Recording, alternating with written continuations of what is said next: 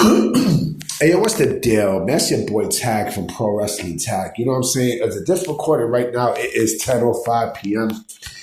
You know what I mean? April 12th, 2025. Like, today's been a bullshit day, yo. Like, the rain just fucks everything up, and it's like, ugh. Like, I can't fucking deal with it. You know what I mean? I can't deal with the rain. You know, it sucks. Usually, I will go out, to do my little walk, you know what I'm saying, and also so hold on real quick. Sorry about that, you know what I'm saying? But I would usually go out to do my walk and whatnot.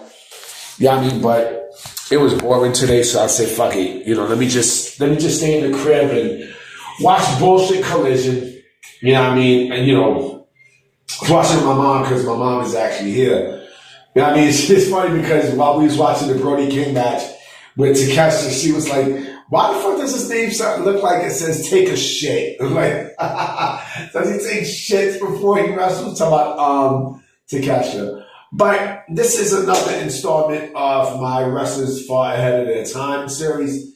And this one I wanted to talk about because, I actually seen an interview with one D'Lo Brown. I mean, it's a fucked up interview. Not very fucked up, but it was a sad interview where he was talking about how if he gets into the Hall of Fame, he wants Droz to get into the Hall of Fame. And I understand. You know what I'm saying? I get why.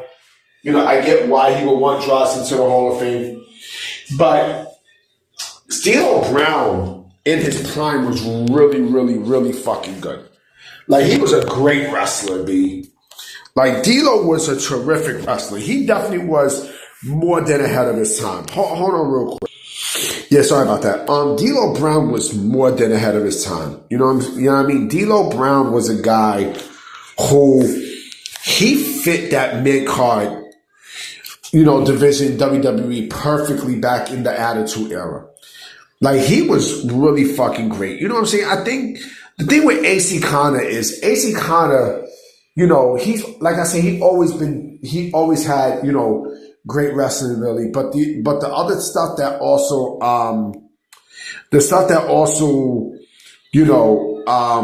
set him apart from everybody else was he also had charisma. And he was different.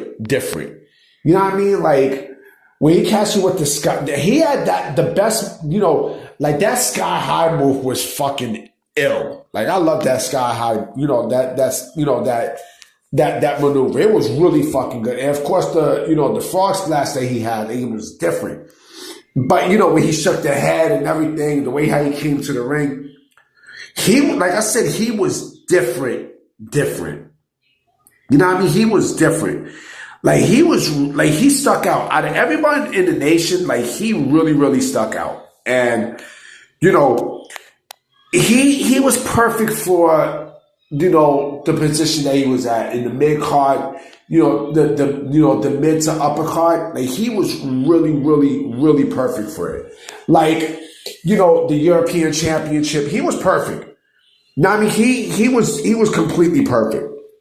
You know what I mean? And he was one time Intercontinental Champion, but the European Championship, like, every time I think of the European title, I always think of D'Lo Brown. Always.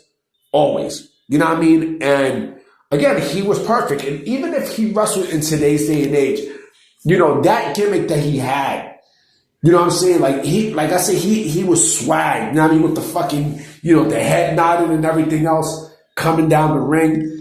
You know what I'm saying? Like, that could still work in today's day and age in pro wrestling. Still. Because he was swagged out. And I forgot that he also was in TNA. I forgot he was in TNA. He was in, I forgot he was also a tag team champion too, but remember he was also in Aces and Eights. Now, I mean, he was in Aces and Eights. And, again, like, he was really fucking, and plus, the thing with him too is his theme song was fucking ill. I loved his theme song. You know what I mean? Like, let's get it on. What you gonna do about it? Bring it on. Like, that was an ill joint. Like, again, he was perfect. D'Lo Brown was really, really perfect for that time. Like, nobody can tell me otherwise. Like, he was really fucking good. I mean, he was good at putting people over. And again, the dude was no slouch either. Like, out of everyone in the nation, like, he was different. Like, he had charisma. He had fucking charisma. And plus, like I said, you can plug him in with anything. And the other thing, too, is, like I said, the motherfucker was no slouch, outside the ring, too. I mean, he yoked up Ahmed Johnson because Ahmed Johnson got on some bullshit with him, right? You know what I mean? And, like, D'Lo Brown is from Jersey. A lot of people seem to figure he's a Jersey guy. You know what I'm saying? And, he backed that Texas motherfucker up. You know what I mean? Out of everyone in the nation, of course, him and the Godfather, they stuck out like a sore thumb. You know what I mean? Not to say that Mark Henry didn't, because he did too. But, like, he was, out of everyone there, he was the most underrated part of the nation. You know what I mean? That's why they put him in. He was perfect.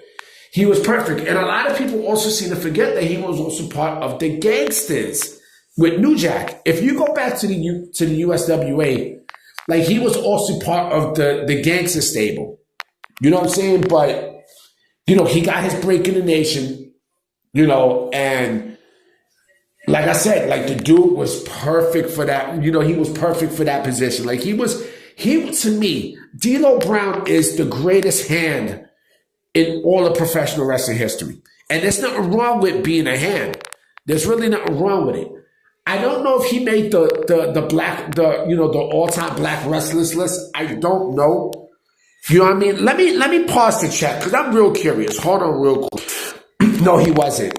He was not. And I think it's criminal because, as I'm looking at the list, no offense to the Junkyard Dog and stuff, but nobody was fucking with D'Lo Brown, B. Nobody. You know what I mean? No fucking body. Like, again, he was swagged out. Like, he was that fucking good. D'Lo Brown was really, really, really good in that position. You know what I mean? You stick him he fit even better in today's day and age in pro wrestling. And mind you, remember he had the vest. You know what I mean? He had the vest on and such. Now, I mean, it's a shame. It's a shame that he didn't get to a higher echelon, but I understand probably why they didn't put him in there, because even though that was not a world heavyweight, a main event talent, gimmick, still, like, he still could, he could still put people over. He'll still be, a great hand, and he'll do, the job perfectly. Again, he fits that role perfect. And I also remember when he had that commercial with Steve Austin, the 1-800-COLLECT commercial. I'm going to put that in the description too, so I can show y'all. But yeah, he was, like I said, D'Lo Brown he definitely was one of a kind, D. He was one of a kind. And I'm shocked that he didn't get an ECW run also. You know what I mean? I'm really, really shocked, because he would have been perfect for ECW, especially during that time. You know what I mean? Like, they definitely would have cheered him and everything. Remember that little leg drop that he did too? Like, put his hands up and, he did the head motion and then catch you with that drop. Yeah, like I said, D'Lo Brown was really, really, really fucking good. He was great. He was great. He was a great face, but to me, he was a better heel. You know what I mean? And yeah, my props to him, man. But I'm about to be out, guys. You know what I'm saying? Tomorrow's Sunday. I hope the weather gets better. You know what I mean? I got some fish I'm going to prepare tomorrow. You know what I mean? So I'm going to definitely check y'all. I hope you have a good night. Peace.